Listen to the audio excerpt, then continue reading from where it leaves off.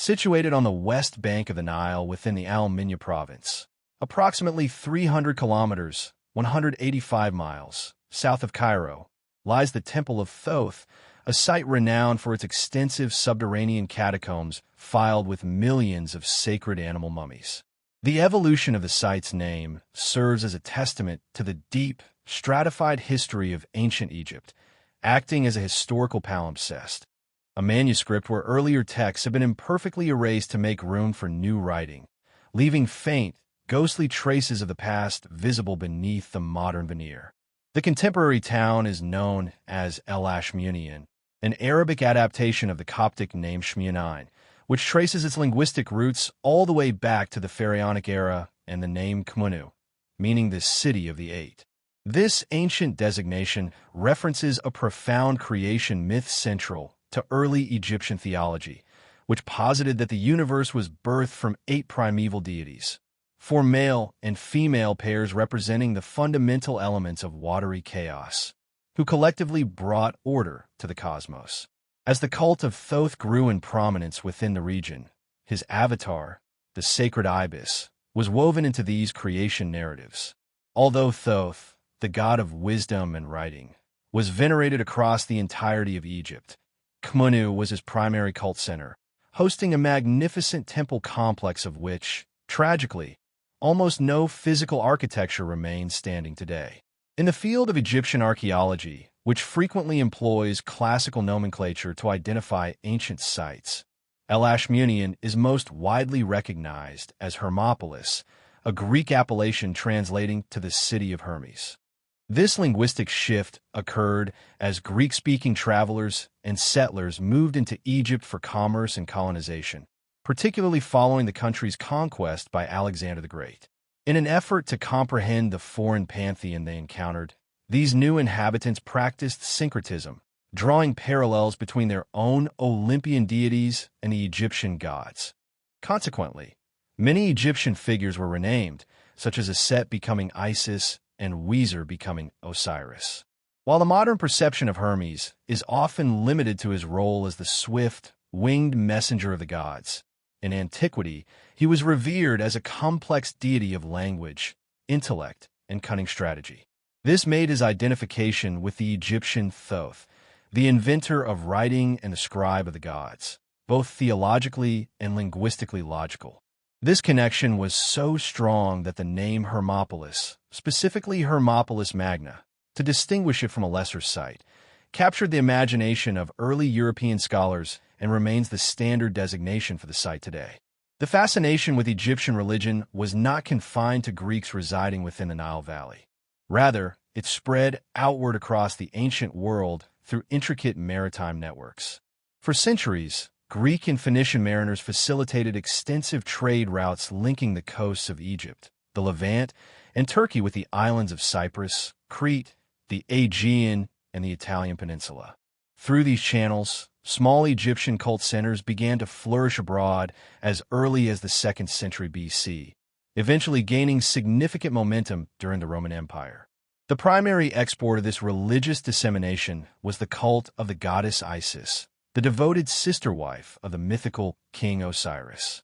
The central myth of this faith, in which Osiris is murdered by his jealous brother Seth, only to have his life force and procreative power magically restored by Isis, resonated deeply with diverse cultures.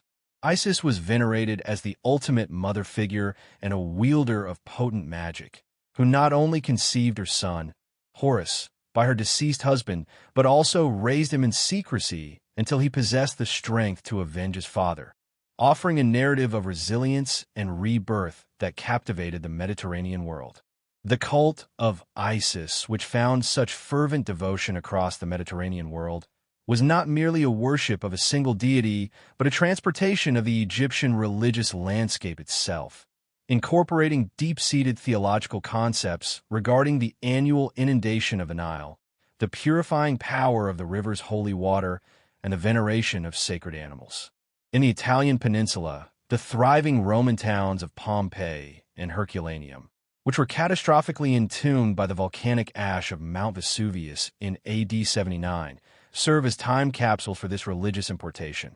Both cities boasted active temples dedicated to Isis that functioned as focal points for Egyptian-style worship.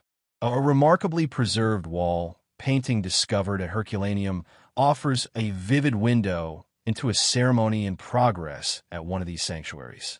The architecture depicted, a compact sanctuary featuring a central doorway perched atop a high platform accessible by a flight of steps, deviates significantly from the massive, sprawling traditional temples of the Nile Valley, such as the Temple of Thoth at Hermopolis. Instead, it reflects the hybridized architectural style of Isis shrines that were constructed throughout Italy and Roman Egypt during the 1st and 2nd centuries AD, blending pharaonic mystique with Greco-Roman structural sensibilities. The scene captured in the Herculaneum fresco is deliberately staged to evoke a sense of exoticism and foreign mystery, framed by swaying palm trees and recumbent sphinxes flanking the temple. Visual cues designed to transport the worshipper mentally to the banks of the Nile. Sacred African ibises, rendered with their characteristic stark black and white plumage, are shown perched atop a tall altar on the right side of the composition, serving as living avatars of the divine. In the foreground, the ritual activity is intense. One priest creates a draft to stoke the flames of burnt offerings upon a shorter altar, while another wields a palm frond, likely used as a ceremonial fan. The auditory landscape of the ritual is implied by several figures in the congregation who are brandishing the sistrum, plural, sistra, an ancient Egyptian metallic percussion instrument consisting of a handle and a U-shaped metal frame with crossbars that rattle when shaken. This instrument produced a rhythmic swishing noise, a shh sound, that was believed to be soothing to the gods and particularly effective in warding off negative spirits. This specific sound gave the instrument its onomatopoeic ancient Egyptian name, sheshet. Even the high-ranking clergy, including the priest and priestess standing nearest the sphinxes, are depicted holding these rattles, while a priest stationed at the foot of the temple steps brandishes a slender feather, a direct visual echo of the symbols of truth and order that feature so prominently in traditional Egyptian iconography. Perhaps the most significant figure in the fresco is the priest standing directly before the temple's open doorway, who carefully cradles a specialized vessel equipped with a pouring spout, known to contain water for ritual purification. It is crucial to observe his posture. His hands are entirely swathed in the heavy folds of his robe, ensuring that his skin makes no direct contact with the sacred pitcher, a gesture indicating profound reverence and the need to maintain the water's sanctity. This detail highlights the obsession with purity and cleanliness that was central to Egyptian religious practice, a standard maintained with equal rigor whether the cult was operating at home, in Egypt, or in the diaspora. While performing their sacred duties, Egyptian priests were bound by strict laws of purity. They dressed exclusively in fresh, white linen garments, abstained from consuming certain foods deemed impure, avoided sexual contact, and meticulously shaved all hair from their bodies to prevent lice and dirt. This practice explains why the male ritualists in the painting are depicted with bald heads. It was this specific class of men. As women, though present as priestesses, often played different or marginalized roles in the hierarchy, who acted as the living repositories of tradition, keeping alive the ancient writings, complex rituals, and theological concepts they believed had been transmitted unbroken through generations of predecessors. Like their forebears, they guarded this knowledge jealously, framing it as a sacred secret revealed only to the initiated few who had undergone the rigorous training necessary to protect these mysteries. Because Thoth and his Greek counterpart, Hermes, was recognized as the supreme patron of writing, intellect, and wisdom, the composite figure of Thoth/Hermes eventually came to symbolize the entirety of accumulated human and divine knowledge, encompassing the mysteries of the cosmos and the depths of human nature, disciplines we would categorize today as science, philosophy, and theology. However, the framing of this knowledge as a secret does not necessarily imply that there was a singular, earth-shattering revelation hidden within, nor does it validate the mystical wizardry that modern pop culture often attributes to ancient Egypt. In the context of ancient society, secrecy functioned primarily as a potent mechanism of social influence and hierarchy. By defining certain knowledge as restricted, the priesthood created an exclusive inner circle, akin to a private members' club, which controlled access to sacred spaces, social networks, and material resources. This structure not only allowed them to safeguard their own privileges, but also to performatively demonstrate their elevated status to the uninitiated masses outside the enclave. Ultimately, there is little utility in possessing a secret unless others are aware that you possess it. In this way, the concept of the secret in ancient religion was paradoxically a very public affair, designed to reinforce the power dynamics between those who knew and those who were left to wonder. As the ancient Egyptian religious traditions were gradually transmitted and adapted into the Greek and Roman cultural spheres, the concept of secrecy began to evolve into a defining characteristic of Egypt's deities and the specialized, almost magical, expertise of its priesthood. This perception encompassed the priest's ability to decipher and inscribe hieroglyphs, a term deriving from the Greek for sacred signs, as well as their engagement in the kind of esoteric and mystical speculation that characterized the myriad of small, intense cults flourishing throughout the Roman Empire and into late antiquity, even as Christianity began to establish its dominance. It is from the name of Hermes, the Greek counterpart to Thoth, that we derive the modern word hermetic, a term used to describe systems or vessels that are completely sealed off, airtight, and hidden from outside scrutiny. Within this evolving spiritual landscape, the Egyptian god Thoth was reimagined and introduced to the European imagination in the guise of Hermes Trismegistus, or Hermes the Thrice Great, a title that serves as a direct Greek translation of the Egyptian superlative wr.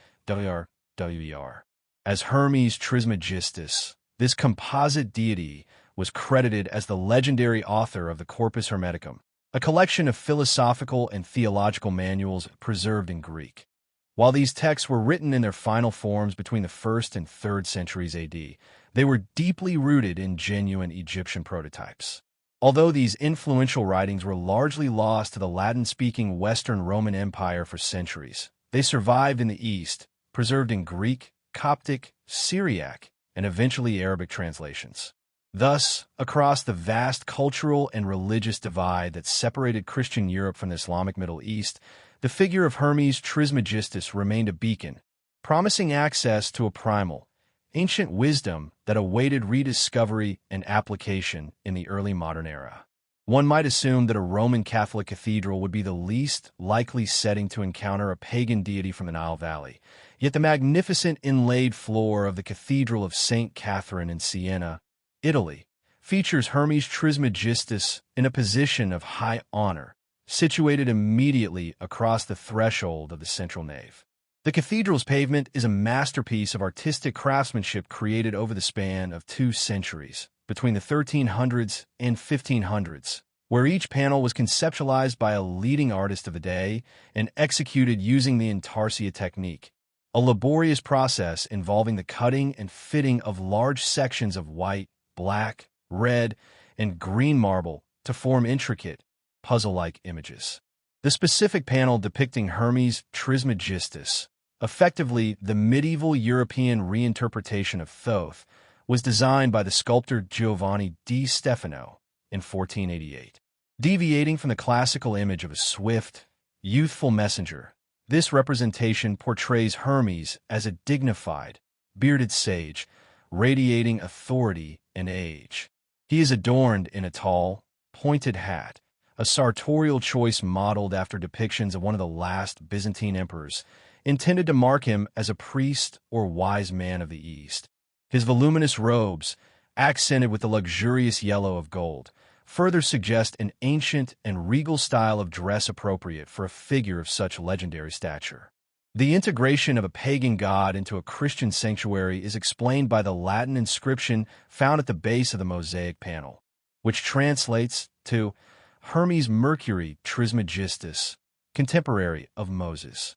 This textual link is crucial, as the biblical prophet Moses, who was born and educated in Egypt, was viewed by educated Renaissance observers as the ultimate representative of legitimate Egyptian wisdom. In the intellectual climate of 15th century Europe, there was no contradiction in associating Hermes Trismegistus with the leader of the biblical Exodus. Rather, it was part of a syncretic worldview known as the Prisca Theologia, which posited that ancient pagan philosophers like Plato and Hermes possessed a partial, divine truth that predated and pointed toward Christian revelation. Consequently, their writings were studied with the same fervor and reverence as biblical scripture, believed to offer essential insights into the origins of Christian thought. Following the rediscovery of the Corpus Hermeticum manuscripts in Italy in the 1460s, Hermes Trismegistus was elevated to the status of a primal authority, a source of specifically Egyptian wisdom that was considered the most ancient, and therefore the most potent and effective knowledge available to mankind. The Siena pavement explicitly underscores the Egyptian identity of Hermes Trismegistus, not merely through artistic style, but through the Latin directive inscribed upon the open book he displays to the viewer. Suscipite, o lectores et leges Egypti. Take up letters and laws, O Egyptians. The narrative of the mosaic is further fleshed out by the two figures standing to his left. One of them, who eagerly leans forward to support the book, is depicted with a wide turban and a short beard, visual cues intended to identify him as non-European, likely representing the Egyptian people whom Hermes is instructing in the arts of literacy and the rule of law. Flanking Hermes on the opposite side is a table supported by sphinxes, rendered in the Greek style rather than the Egyptian, which reinforces the themes of secret wisdom and sacred language. The table bears a Latin inscription quoting the Corpus Hermeticum, referencing God the Creator and His beloved Son, a text chosen to bridge pagan philosophy with Christian dogma.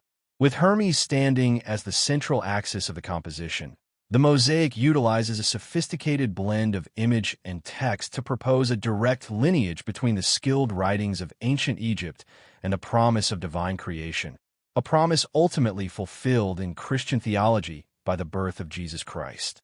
Visually, the triangular shape formed by the peak of Hermes' hat and his outstretched arms serves as a geometric and symbolic link, connecting the pre-Christian past of the pharaohs with the Christian present of 15th century Italy. Did the devout congregation of Siena truly comprehend the layered theological allusions beneath their feet as they crossed the cathedral threshold to attend Mass? It is highly probable that only a distinct minority possessed the sophisticated classical education required to decipher the interplay of image and Latin text, much in the same way that few modern tourists, or even readers, are intimately familiar with the figure of Hermes Trismegistus, and would likely be astonished to discover his origins lie in the Egyptian pantheon. This confusion is compounded by the fact that the Siena pavement is entirely devoid of the visual motifs that the modern eye has been trained to associate with Egypt. There are no pyramids, no winged sun discs, and certainly no hieroglyphs. The artistic trajectory from the papyrus scrolls of the Book of the Dead, created circa 1000 BC, to the Roman-era baboon sculpture on Freud's desk, circa AD 100, and finally to the Herculaneum wall paintings and the Siena pavement of the late 15th century, represents a gradual retreat from authentic Egyptian sources. It appears as though the artists of the Roman Empire and the Italian Renaissance had slowly forgotten the physical reality of the ibis-headed god and his baboon alter ego, replacing them with Greco-Roman bearded sages. This visual amnesia was historically inevitable throughout the long expanse of the Middle Ages, spanning roughly from the 6th to the mid-15th centuries AD. Profound political, religious, and social fracturing between Europe and the Middle East severed direct contact with Egypt. Consequently, until the dawn of the 17th century, European conceptions of Egyptian art were based almost exclusively on obelisks, sculptures, and minor antiquities that had been transported to Italy during the Roman imperial period, or on pastiches created by Roman artists in an imagined Egyptian style. Furthermore, the intellectual understanding of Egyptian religion was entirely filtered through the lens of Greek and Latin authors, who prioritized the reputation of Egyptian wisdom and its secretive, mystical nature over its actual indigenous practices. By the 18th century, however, The intellectual and cultural seismic shift, known as the Enlightenment, began to fundamentally alter European perceptions of Egypt, both as an ancient civilization and a modern territory. While the Enlightenment is frequently idealized as a triumphant age of reason and scientific discovery, it must be critically viewed within the darker political and economic frameworks that facilitated it, including aggressive colonialism, rapid industrialization, and the transatlantic slave trade. It was this European expansionism, underwritten by military force, that created the logistical conditions for merchants, explorers, and early antiquarians to travel to Egypt, document their observations, and return with physical curiosities such as animal mummies and shabby funerary figurines. Yet, paradoxically, throughout this era of rationalism, the conviction persisted that ancient Egypt was a repository of supreme, esoteric mystery. Secret societies, most notably the Freemasons and the Rosicrucians, constructed their hierarchies, iconography, and moral teachings upon foundations of Hermetic thought, finding deep appeal among the rising middle classes and the enlightened aristocracy. These societies functioned as vital social hubs where old mystical ideas merged with a new desire for spaces to debate revolutionary politics and forge alliances. This fascination found its artistic zenith in Mozart's 1791 opera, The Magic Flute, a work that famously celebrates Masonic ideals. In the opera, the hero finds redemption not only through romantic love, but through a transcendent encounter with ancient wisdom, brokered by the magician priest Sarastro. In the climactic finale, the chorus raises its voice in praise of Isis and Osiris, symbolizing a dual triumph of light over darkness and of enlightened wisdom over ignorance. As we shall explore in the subsequent chapter, Napoleon Bonaparte's military expedition to Egypt in 1798 is rightfully cited as the watershed moment in the modern Western encounter with the Nile Valley, as it thrust comprehensive accounts of the country's geography, antiquities, and contemporary culture into the European spotlight. Crucially, the expedition also forced open diplomatic and commercial channels between Western powers and Muhammad Ali, the Albanian-born military commander who rose to rule Egypt as a viceroy for the Ottoman Sultan. It was not a single event, but rather this cascade of political developments and cultural dialogues that established ancient Egypt as a subject of rigorous academic study throughout the 19th century. Consequently, the museum sector and the commercial market for antiquities exploded, so that by the outbreak of the First World War in 1914, virtually every major city in Europe and North America could boast a collection of Egyptian art, or at least a local architectural landmark designed in the Egyptian revival style. This was the vibrant cultural backdrop against which Sigmund Freud purchased his marble baboon of Thoth in a Viennese shop.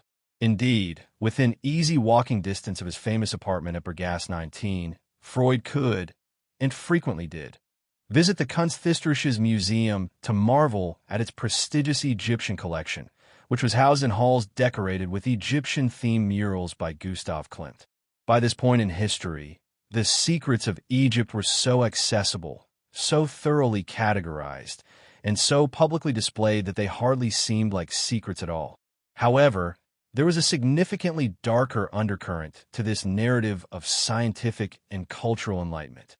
The development of archaeology in Egypt was inextricably linked to colonial ambitions, marching in lockstep with efforts to construct and control the Suez Canal, industrialize cotton production for European mills, and bring the Sudan under British imperial dominion. The systematic separation of ancient Egypt's material remains from the country's living, contemporary population was a strategic method by which Western culture monopolized the discovery and ownership of Egypt's past, manifesting literally in the hoarding of museum objects and the management of tourist sites, and culturally in literature, opera, and the arts. Yet, in the shifting geopolitical landscape that emerged following the carnage of the First World War and the collapse of the Ottoman Empire, serious challenges to this hegemonic perspective began to materialize. During the 1920s and 1930s, Egyptian nationalist leaders began to aggressively assert their right to sovereignty, a political process that frequently invoked the grandeur of pharaonic civilization as a proud historical precedent for self-rule in the face of Western racism and condescension. Simultaneously, but geographically removed, descendants of the African diaspora were demanding recognition and dignity in societies like the United States, where the legacy of slavery had long disenfranchised African Americans. Writers, artists, and intellectuals of the Harlem Renaissance articulated their despair for the present and their hopes for the future by referencing ancient Egypt, reclaiming it as a lost African homeland, and using its imagery to envision a fairer world remade in its majestic image. Despite the march of science and politics, the mysticism associated with Thoth and Hermes Trismegistus never truly vanished, as a cursory internet search today will confirm. Esoteric and occult approaches to ancient Egyptian civilization found a hospitable environment in Britain at the turn of the 20th century and surged again during the interwar years, offering a spiritual alternative to conventional religion and promoting an anti-establishment worldview in which ancient, primitive cultures were deemed more authentic and potent than the modern industrial world. In the late 1930s, the notorious occultist Aleister Crowley, who at one point claimed to be the reincarnation of an Egyptian priest, designed a visually complex deck of tarot cards titled the Book of Thoth, which was replete with elaborate syncretic associations linking alchemy, astrology, Egyptian mythology, and Chinese divination. Crowley was a polarizing figure, a fantasist and manipulator who alienated all but his most devoted acolytes. Yet his engagement with Egyptian magic was deeply rooted in the fin de siècle. His interest stretched back to the 1890s, when he attended the rites of the Hermetic Order of the Golden Dawn. This Rosicrucian-inspired secret society, which met in Bohemian Bloomsbury and counted literary giants like W.B. Yeats and Olivia Shakespeare among its members, serves as a reminder that ancient Egypt has always made for strange bedfellows, uniting artists, mystics, and scholars in a shared fascination. A world away from Crowley's fantastical reinterpretations, yet existing within the same anxious zeitgeist of a Europe sliding inexorably toward a second catastrophic war, Sigmund Freud settled into his final home in London exile. There he patted the marble head of the Thoth baboon on his desk and completed his revisionist psychoanalytic history, Moses and Monotheism. In this final, controversial work, Freud applied his theories of suppressed memory and trauma to argue that the biblical patriarch Moses was not a Hebrew, but an Egyptian nobleman, and that the strict monotheism which defined Judaism originated in the cult of the heretic Egyptian pharaoh Akhenaten, whose religion was suppressed by the traditional priesthood. This provocative book appears to have been Freud's method of grappling with his own complex, layered identity. Raised in a secular Jewish household, yet a committed atheist, at a terrifying historical moment when National Socialism posed an existential threat to European Jewry. It places a profound symbolic weight on the small marble baboon and its companions on the desk, standing as silent witnesses to the intellectual struggle of a dying man. Why Sigmund Freud chose to keep an image of Thoth specifically on his desk is a question to which only Freud held the answer.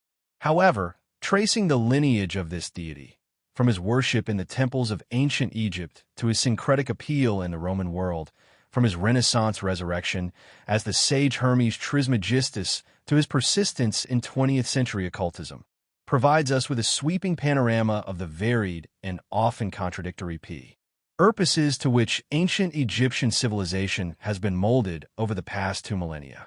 Much like individual human memory, cultural memory is defined by its gaps.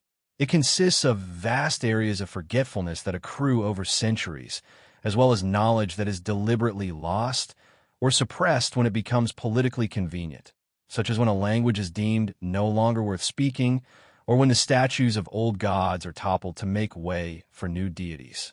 The question of which specific groups of people claim to have found or rediscovered ancient Egypt, and their motivations for doing so, is a central theme we will return to repeatedly in this book. While there is no single correct way to think about history, especially a history as chronologically distant as that of the pharaohs, critically evaluating what we think we know the methods by which we came to know it, and why we care in the first place, is the essential starting point for our journey.